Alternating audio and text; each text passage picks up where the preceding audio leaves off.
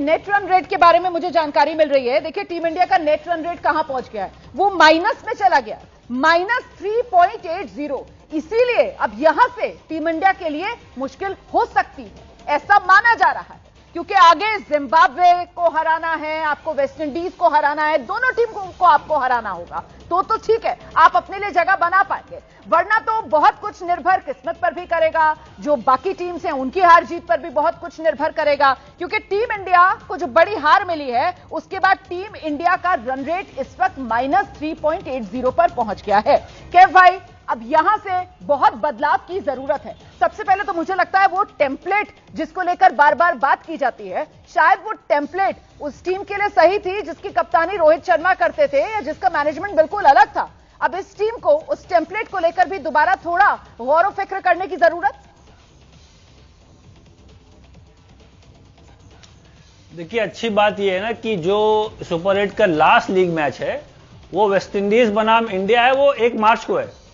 तो अगर आप अगला मैच जीतते हो अगेंस्ट जिम्बाब्वे, तो आपको एग्जैक्टली पता होगा कि आप कहां खड़े हो, किस मार्जिन से आपको जीतना है, कैसे आपको खेलना है। वो अच्छी खबर है फैंस के लिहाज से कि लास्ट जो सुपर 8 का मैच है वो इंडिया खेलेगी वेस्ट इंडीज के खिलाफ। तो वहां पे मैं देख रहा हूं, चलो ठीक है, जिम्बाब्वे को हराओ और उनको हरा के आप क्वालिफाई करना चाहोगे, पर जो खामियां हैं, जो गलतियां हैं, वहां कवर अप करना पड़ेगा ना। देखिए, आपका जो विनिंग कॉम्बिनेशन है, आप ढूंढो वहां पे कि आपके पास क्या, आपका शिवम दुबे छठे गेंदबाज हैं, क्या वो आपके सुंदर वो 5वें गेंदबाज हैं? मैं तो नहीं मानता हूं उनको आपने। और जब वो सुंदर खेले तो सामने डिकॉक है या रिकल्टन है या सामने गेंदबाजी भी नहीं कराई। तो कई चीजें ऐसी हैं जो मुझे थोड़ा सा वहां सवाल खड़े हो रहे हैं कि भाई कैसे आगे बढ़ना चाह रही है कि एक प्लान के तहत। अच्छा, आपको लेफ्टी राइटी भी करना है, पर आपके जो टॉप 8 में 2 दाएं हाथ के बल्लेबाज है बस। अगर लेफ्टी राइटी करना है तो आपके पास राइटी है ही नहीं टीम में। टॉप 8 में 2 दाएं हाथ के बल्लेबाज है, पर आप लेफ्टी राइटी कॉम्बिनेशन ढूंढ रहे हो ही नहीं पाएगा, मुमकिन नहीं है। तो मुझे लगता है कि सामने वाली टीम को काफी आसान बन जाता है जब आपके 8 में 6 आपके बाएं हाथ के बल्लेबाज होते हैं।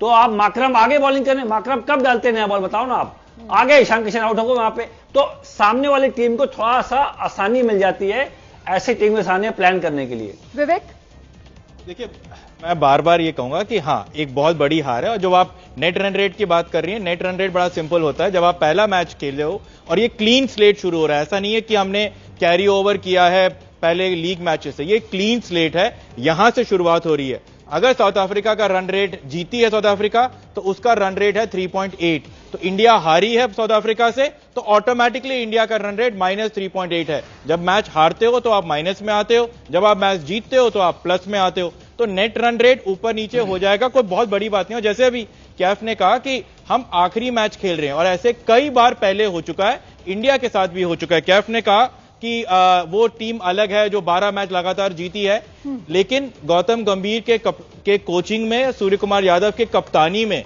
हमने बायलैटरल्स में भी वो डोमिनेशन दिखाया है। लगातार हमने व्हाइट बॉल पे T20 में इसी स्टाइल में, इसी ब्रांड में हमने मैच जीते हैं और 1 साइडेड जीते हैं। वो सिर्फ इसलिए क्योंकि सूर्य कुमार यादव की कप्तानी में T20 की 9 सीरीज हमने जीती है, लगातार जीती है। तो वो किसने जीती है? वो क्रेडिट किसको जाता है? रोहित शर्मा को तो नहीं जाता ना, वो क्रेडिट तो अभिषेक शर्मा, सूर्य कुमार यादव, गौतम गंभीर को जाएगा ना। तो हम एक मैच हारे हैं, बुरा मैच हारे हैं। प्रॉब्लम क्या है? प्रॉब्लम यह है कि हमारे सामने सोल्यूशन नहीं है। हमारे पास कोई राइट हैंडर नहीं है, जैसे कैफ ने कहा। एक है संजू सैमसन, जिसका फॉर्म इससे भी ज्यादा बदतर है। अब आप ये कहते हो कि अक्षर पटेल को ड्रॉप क्यों किया? हाइंडसाइट पे हम कह सकते हैं एक कॉल टैक्टिकल लिया था, वो टैक्टिकल कॉल थोड़ा फेल हो गया, क्योंकि जो क्रिटिकल पार्ट था, जब आप वॉशिंगटन सुंदर को बॉल डलवाते, उस टाइम पे डेवाल्ड ब्रेविस बहुत ही अच्छी तरीके से खेल रहे थे, and he is a right hander at the crease. तो उस टाइम पे आपको मौका नहीं मिला कि वॉशिंगटन सुंदर को आप बहुत ज्यादा यूज करें। कभी कभार क्रिकेट में ऐसा हो जाता है, and we all understand that. लेकिन हां, आपको पैनिक बटन दबा देना चाहिए? बिल्कुल नहीं। अगर आप पैनिक बटन दबाते हैं तो आप अगले मैच में खतरे में भी डालते हैं। 1 off day for Varun Chakravarthy, couple of off days for Abhishek Sharma. That is how we'll have to see. That is how इस टीम को आगे जाना होगा. विवेक अग्री, लेकिन यहां पर समस्या है, कम से कम कप्तान इस बात को तो स्वीकारे ना. मेरे ख्याल से कैफ भाई बेहतर तरीके से बता पाएंगे. वो कप्तान जब प्रेस कॉन्फ्रेंस के लिए आते हैं और उनसे वहां पर बैठकर पत्रकार कहते हैं कि साहब अभिषेक का बल्ला नहीं चल रहा है, तिलक का बल्ला नहीं चल रहा है, तो वो कप्तान हंसने लगते हैं, वो इतने हल्के में लेने लगते हैं. मतलब कप्तान को कम से कम ये देखना तो चाहिए कि समस्या है. जब तक ये नहीं मानेंगे समस्या है, तब तक समाधान की तरफ तो जाएंगे ही नहीं. उनका तो ओवर कॉन्फिडेंस ही खत्म होने का नाम नहीं ले रहा है. मतलब वो कहते हैं ठीक है अभिषेक नहीं चल रहा है, पहले टीम नहीं चलती थी अभिषेक संभाल लेता था, अब अभिषेक नहीं चल रहा है तो टीम संभाल लेगी अभिषेक को. ये क्या एटीट्यूड है कैफ भाई?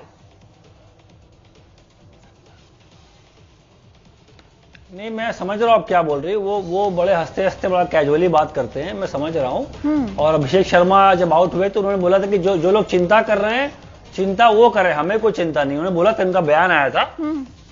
पर अब वो क्या बोलना चाहेंगे? देखिए, मेरा मानना है कि देखिए समस्या का समाधान निकलना चाहिए और समस्या है.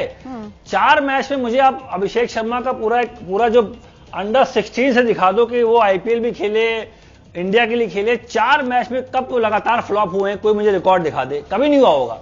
तो वहां समस्या है, वहां पे बातचीत करना पड़ेगा. कप्तान बातचीत करेगा, कोच बातचीत करेगा. और अगर लगता है कि नहीं ये मानसिक तौर पे रेडी नहीं है अगले मैच के लिए, उनको आप 11 से निकाल भी सकते हो. देखिए, वर्ल्ड कप जीतने के लिए आपको टफ कॉल लेना होगा. बहुत तगड़े बल्लेबाज हैं, बहुत शानदार बल्लेबाज हैं, उन्होंने जो गजब का काम किया बल्ले के साथ. पर जो हालिया फॉर्म सबको दिख रहा है ना. वो नकल बॉल, स्लोअर बॉल पढ़ नहीं पाए, बल्ला चल गया. तो आप देखिए, स्लोअर गेंद 2 बार ऑस्पिनर ने आउट किया. तो मुझे ऐसा लगता है कि वक्त आ गया है कि आप कहीं ना कहीं वो टफ कॉल लेना होगा.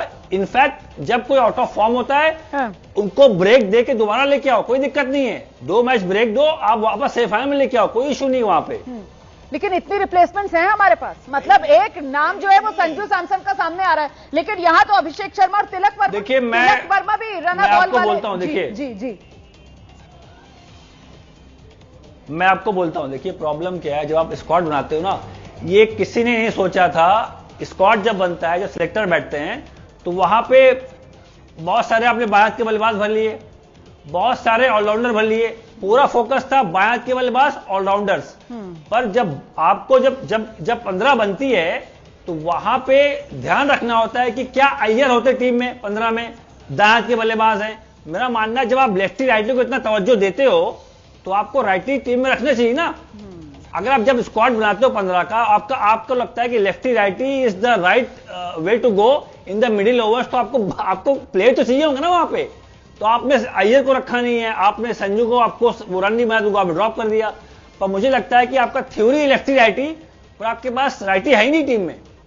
विवेक, देखिए रोमाना, मैं अनफॉर्चुनेटली बहुत ज्यादा डिसएग्री करता हूं for a very simple reason कि हाँ, ये ऐसा प्रीसीडिंग हुआ है टूर्नामेंट का कि चारों टीमें जो अभी तक एक भी मैच नहीं हारे वो हमारे वाले ग्रुप में, लेकिन हम एक मैच हारे हैं. और जो दूसरे ग्रुप में 4 टीमें हैं वो सब भी एक मैच हारे हैं, और फिर भी उनसे 2 टीमें जाएंगी सेमीफाइनल के लिए. और एक चीज हमको याद रखना पड़ेगा, इस वर्ल्ड कप से पहले, आज हम अभिषेक शर्मा की और तिलक वर्मा की बात कर रहे हैं, इससे बुरी हालत में थे कप्तान सूर्य कुमार यादव. सूर्य कुमार यादव और शुभमन गिल दोनों इतने बुरे फॉर्म में थे कि उस टाइम पे कप्तान और उस कप्तान थे. तब जाके शुभमन गिल को हटा के, कौन सी अच्छी हालत में सूर्य कुमार यादव के सबसे अच्छा रन है और हर मैच में उन्होंने रन करे हैं अभी तक.